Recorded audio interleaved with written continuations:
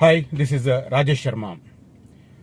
Regional ring రోడ్డుకు సంబంధించి చాలా రోజుల గ్యాప్ తర్వాత ఒక అప్డేట్ వచ్చింది. ఉత్తర భాగానికి సంబంధించి అంటే మనందరికీ తెలుసు, డిసెంబర్లోనే టెండర్లు పిలవడం, చాలా మంది టెండర్స్ ఫైల్ చేయడం, బిడ్స్ మాత్రం ఇంకా ఓపెన్ చేయకపోవడం, ఆ బిడ్స్ ఓపెనింగ్ కార్యక్రమం తరచూ వాయిదా పడుతూ ఉండడం చూస్తున్నాం. జూన్ 18, 19 తేదీల్లో వాటికి సంబంధించి ఒక అప్డేట్ వచ్చే అవకాశం ఉంది అని చెప్పి అనుకున్నాం. కానీ లేటెస్ట్ గా దానికి సంబంధించి ఒక కీలకమైన అప్డేట్ వచ్చింది. దాంతో పాటు సౌత్ పార్ట్కి సంబంధించి కూడా ఒక చిన్న కదలిక వచ్చింది. దానికోసం సపరేట్ గా వీడియో చేయకుండా అది కూడా నేను దీంట్లోనే చెప్తాను, చివరిలో చెప్తాను. సో ముందుగా నార్త్ పార్ట్కి సంబంధించిన డీటెయిల్స్ ఎక్స్ప్లెయిన్ చేసే ప్రయత్నం చేస్తాను. మనకు తెలుసు, సంగారెడ్డి దగ్గర ప్రారంభమై రీజనల్ రింగ్ రోడ్డు ఉత్తర భాగానికి సంబంధించి సంగారెడ్డి దాటిన తర్వాత పెద్దాపూర్ ఉంటుంది. పెద్దాపూర్ దగ్గర స్టార్ట్ అయ్యి నర్సాపూర్ అవతల నుంచి, తూప్రాన్ అవతల నుంచి, గజ్వేల్ దగ్గర నుంచి, జగదేవ్పూర్ నుంచి ఇట్లా రాయగిరి, భువనగిరి మధ్య నుంచి వెళ్లి చౌటుప్పల్ దగ్గర పంతంగి టోల్ ప్లాజా కంటే యువతల మనకు కనెక్ట్ అవుతుంది విజయవాడ జాతీయ రహదారికి. సో ప్రధానంగా ఇది 158 కిలోమీటర్లు అనుకున్నారు, కానీ అది ఆ తర్వాత కొన్ని మార్పులు చేర్పుల కారణంగా మనకు 161 కిలోమీటర్లు అయ్యింది.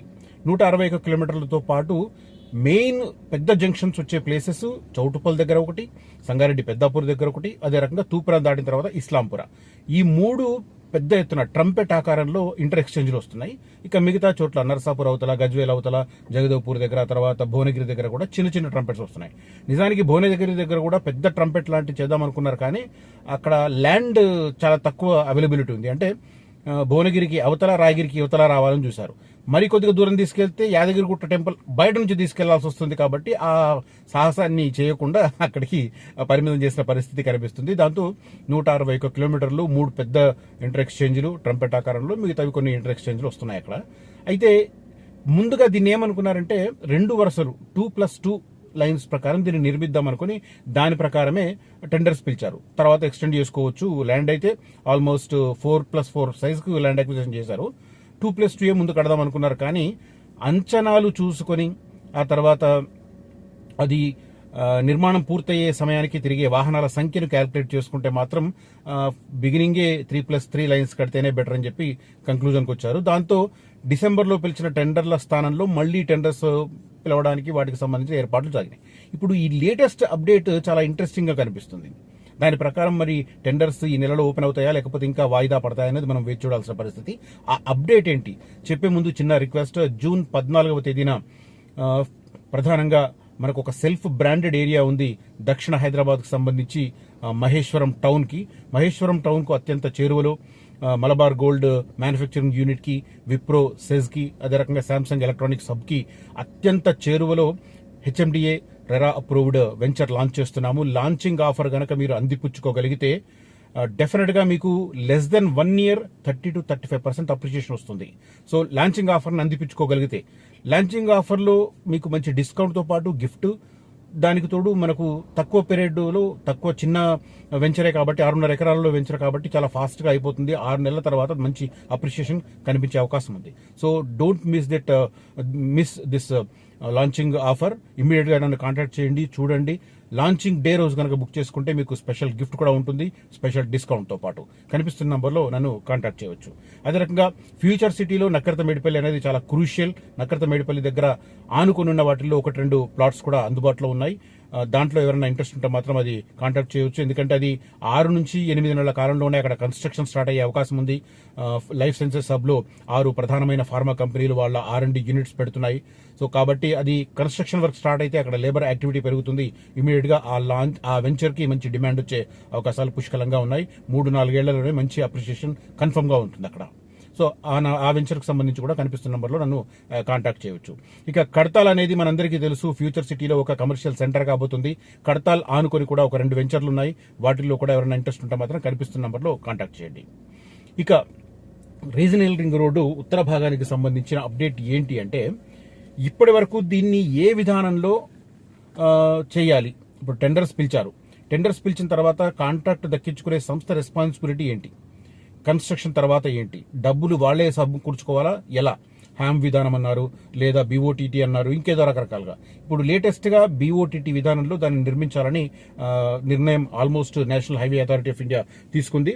6 వరుసలతో 6 నిర్మాణం, నెలాఖరు కల్లా కేంద్రానికి సమగ్ర నివేదిక, కేంద్ర మంత్రివర్గం వెంటనే ఆమోదించే అవకాశం కనిపిస్తుంది. అయితే ఓవరాల్ గా బీఓటీటీ విధానం, built operate tax and transfer విధానంలో దీన్ని తీసుకుంటున్నారు. ఉదాహరణగా ట్యాక్స్ అంటే టోల్ సంబంధించి built operate toll and transfer BOTT విధానంలో నిర్మిస్తే కేంద్రం మీద కొంత భారం పడకుండా ఉంటుంది, ఎన్హెచ్ఐ మీద భారం పడకుండా ఉంటుంది. ఆ నిర్మాణ సంస్థలే వాళ్ళు చూసుకుంటారు కాబట్టి వాళ్ళు లోన్ తీసుకొని కట్టేసుకుంటారు, ఆ తర్వాత టోల్ వసూలు చేసుకుని వాళ్ళు గట్టెక్కేస్తారు. సో ఈ రకన బీఓటీటీ విధానంలో దీన్ని నిర్మించాలని చెప్పి లేటెస్ట్ గా నిర్ణయం తీసుకున్నారు. దీనికి సంబంధించిన డీటెయిల్స్ 161 కిలోమీటర్ల డిసెంబర్లోనే ఇందాక చెప్పాను నేను, టెండర్స్ ను పిలవడం, 4 వరుసలతో పిలిచి ఇప్పుడు దాన్ని మార్చుకోవడం. ఆ రోజు పిలిచిన దాంట్లో ఏంటంటే ఈపీసీ విధానంలో పిలిచారు tenders, engineering procurement construction system లో దాన్ని నిర్మించాలనుకున్నారు. ఆ తర్వాత మళ్ళీ ట్రాఫిక్ సర్వే చేపట్టడం, ట్రాఫిక్ నిర్మాణం పూర్తయ్యే సమయానికి ఎన్ని లక్షల వెహికల్స్ వెళ్లే అవకాశం ఉంది అనే దాని మీద ఒక సమగ్ర అధ్యయనం తర్వాత ఇప్పుడు లేటెస్ట్ గా ఎన్హెచ్ఐ మీద భారం పడకుండా ఉండడానికి ఈ బీఓటీటీ విధానాన్ని built operate toll and transfer అనే సిస్టమ్ లో దీన్ని నిర్మించబోతున్నారు. దీనికి సంబంధించిన క్లారిటీ అయితే స్పష్టంగా వచ్చింది. అయితే ఈ విధానం మారుతుంది కాబట్టి ఇప్పుడు మళ్ళీ ఫ్రెష్ గా టెండర్లు పిలుస్తారా, లేకపోతే ఆ టెండర్లోనే ఈ మార్పులు అంటే 2 మార్పులు, ఒకటి సిస్టమ్ కు సంబంధించి ఈపీసీ విధానం నుంచి బీఓటీటీ విధానానికి మార్చడం, సేమ్ టైం 2 వరుసల 2+2 కాకుండా 3+3 పెంచి దానికి అనుగుణంగా మళ్ళీ బిడ్స్ సబ్మిట్ చేయమని చెప్పి వాళ్ళకి ఆల్రెడీ అడిగారు, చాలా మంది సబ్మిట్ చేశారంటున్నారు. అయితే ఈ లెక్కన 19th కు రీఓపెన్ చేస్తారా, లేకపోతే కొంత టైం తీసుకుని మళ్ళీ ఆ టెండర్స్ ను ఓపెన్ చేస్తారా అని తేలాల్సి ఉంది. అయితే ఈలోగా జరగాల్సిన తంతు ఏంటంటే పూర్తి సమగ్రమైన నివేదిక తయారవ్వాలి.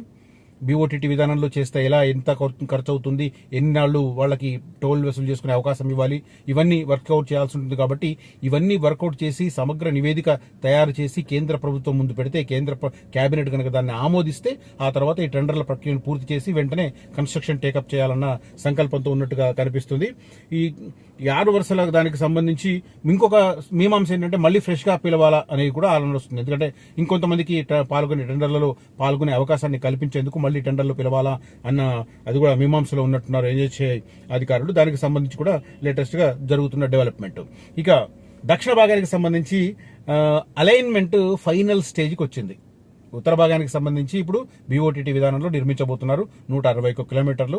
దానికి సంబంధించి ఈ మంత్రివర్గ కేంద్ర కేబినెట్ ఈ మంత్ ఎండింగ్ కల్లా ఆమోదించే అవకాశం కనిపిస్తుంది. ఇక దక్షిణ భాగానికి సంబంధించి చాలా మంది అడుగుతుంటారు, అసలు అలైన్మెంట్ ఎక్కడి నుంచి వెళ్తుంది, అలైన్మెంట్ లో మార్పులు చేర్పులు ఏంటి, 3 అలైన్మెంట్ తయారు చేశారు, 3 చోట్ల మార్కింగ్ చేశారు, అది ఏ మార్కింగ్ ఫైనల్ చేస్తారు, ఇది చాలా చాలా డౌట్ఫుల్ గా ఉంది. చాలా మంది అడుగుతుంటారు. ఈ లెక్కన ఇప్పుడు లేటెస్ట్ దాని ప్రకారం త్రిబుల్ దక్షిణ భాగం విషయంలోనూ అడుగులు ముందుకు పడుతున్నాయి. ఈ ప్రాజెక్టు మంజూరైనప్పుడు ఎన్హెచ్ఏ ఇచ్చిన 189 కిలోమీటర్ల అలైన్మెంట్ లో రాష్ట్ర ప్రభుత్వం పలు మార్పులు చేసింది. మరో 11 కిలోమీటర్లను పెంచి మొత్తం 200 కిలోమీటర్లు. ఉత్తర భాగమేమో 161 కిలోమీటర్లు అయితే దక్షిణ భాగం 200 కిలోమీటర్లు వస్తుంది. తద్వారా చాలా ప్రాంతాలను రోడ్డు లింక్ కానుంది. డ్రోన్ సర్వే, క్షేత్రస్థాయి సర్వే ఇప్పటికే పూర్తయింది. అలైన్మెంట్ ఖరారు చేయబోతున్నారు. దీనికి సంబంధించిన నివేదిక కూడా రాష్ట్ర ప్రభుత్వానికి అతి త్వరలో చేరబోతుంది. సో సమగ్ర నివేదిక వచ్చిన తర్వాత అప్పుడు పూర్తి స్థాయిలో మనకు ఎంత ఖర్చు అవుతుంది ఏంటనేది పూర్తి స్థాయిలో మనకు ఒక అవగాహన వచ్చే అవకాశం కనిపిస్తుంది. సో రింగ్ రోడ్డుకు సంబంధించి నార్త్ పార్ట్ విషయంలో ఆ డెవలప్మెంట్, సౌత్ పార్ట్ విషయంలో ఈ డెవలప్మెంట్, అలైన్మెంట్ విషయంలో అతి త్వరలో ఒక ఫైనల్ స్టేజ్ కి రాబోతున్న సంకేతాలు కనిపిస్తున్నాయి. మనందరికీ తెలుసు సౌత్ పార్ట్ చౌటుప్పల్ దగ్గర స్టార్ట్ అయ్యి సాగర్ రోడ్డు మాల్ తర్వాత, శ్రీశైలం రోడ్లో అమన్గల్ తర్వాత, ఆ తర్వాత బెంగళూరు రోడ్లో బాలనగర్ తర్వాత అట్లా వెళ్లి చేవెళ్ల దగ్గర నుంచి మళ్ళీ సంగారెడ్డి దగ్గర పెద్దాపూర్కు కనెక్ట్ అవుతుంది. మొత్తం 200 కిలోమీటర్లు. సదరన్ పార్ట్ సైజ్ ఎక్కువగా ఉంటుంది. దానికి తోడు ఈ రీజనల్ రింగ్ రోడ్ అటుపక్కన ఇటుపక్కన గ్రోత్ కారిడార్ గా డెవలప్ చేయాలని చూస్తుంది. కాబట్టి ఆ అంశాన్ని కూడా ఈ అలైన్మెంట్ ఖరారులో ఒక కీలకమైన అంశంగా పరిగణలోకి తీసుకుంటున్నట్టుగా మనకు సమాచారం అందుతుంది. ఇది రీజనల్ రింగ్ రోడ్ కు సంబంధించి చాలా రోజుల తర్వాత 2 భాగాలకు సంబంధించిన అప్డేట్ నేను ఈ వీడియోలో చెప్తున్నాను. ఈ కంటెంట్ కనుక మీకు నచ్చితే ఈ వీడియోను లైక్ చేయండి, షేర్ చేయండి. అదే రకంగా నా రియాలిటీ న్యూస్ ఛానల్ ఎవరైనా సబ్స్క్రైబ్ చేయకపోతే దయచేసి సబ్స్క్రైబ్ చేయమని విజ్ఞప్తి చేస్తున్నాను. Thank you so much for watching this video. Signing off Rajesh Sharma.